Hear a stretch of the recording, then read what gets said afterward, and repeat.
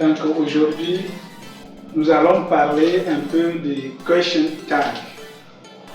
Question tag, c'est quand des fois en français on dit n'est-ce pas. Donc c'est ça. Question tag, nous avons aussi plusieurs étapes, mais on va aussi faire ça étape par étape. Ici, nous allons voir comment on fait le question tag. Question tag, il faut d'abord faire quoi? Il faut regarder la phrase, voir le sujet et voir le temps du verbe. Et ici, vous allez voir, on ne fait jamais question tag en absence de l'auxiliaire. Or, nous avons certains temps qui n'ont pas d'auxiliaire. Nous avons présent et le passé. Les deux temps-là n'ont pas d'auxiliaire. Quand il n'y a pas d'auxiliaire, on cherche un auxiliaire par défaut.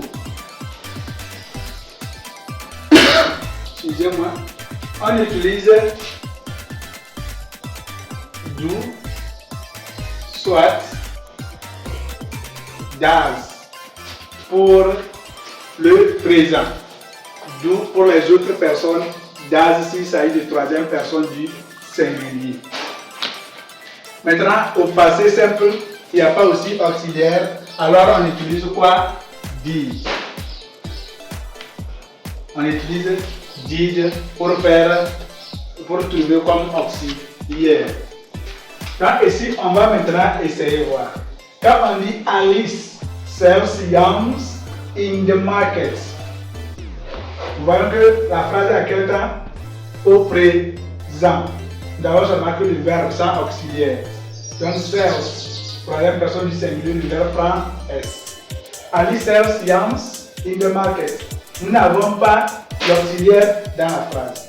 Et premièrement, pour faire question tag, vous regardez aussi la forme de la phrase. Nous avons déjà parlé des formes dans les vidéos précédentes. Donc, si la phrase est à la forme affirmative, dans question tag, l'auxiliaire serait négatif.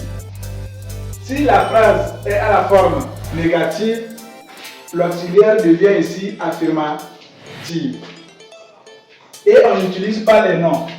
Quand vous voyez un sujet comme ça, il faut trouver le pronom personnel du sujet. Donc ici, on aura besoin de l'auxiliaire plus pronom personnel. Donc ici, je regarde Alice. Alice, c'est une fille. Donc, le pronom personnel de Alice, c'est quoi? Ce qu'on appelle pronom personnel, imagine, je veux parler de Alice. Est-ce que chaque temps, il faut appeler Alice, Alice, Alice? Hier, Alice est venue. Alice m'a dit que Alice a fait ceci. Non. Je vais remplacer Alice par le pronom personnel. Donc, ça serait pas elle.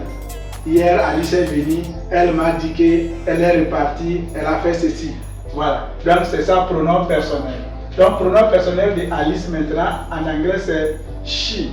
Comme c'est une fille, c'est she.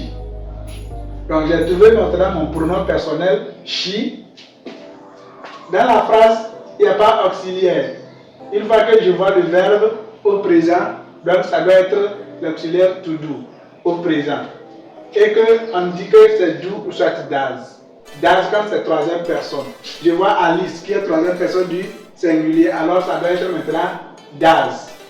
Donc j'ai maintenant trouvé mon auxiliaire does. J'ai trouvé mon pronom she. Ça fait does et puis she. Et la phrase est à la forme affirmative, alors does devient ici négatif. Si c'était négatif, does devient ici affirmative.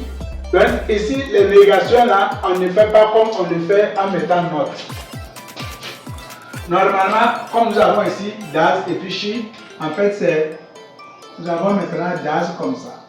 On ne fait pas does not. Si tu dis does not,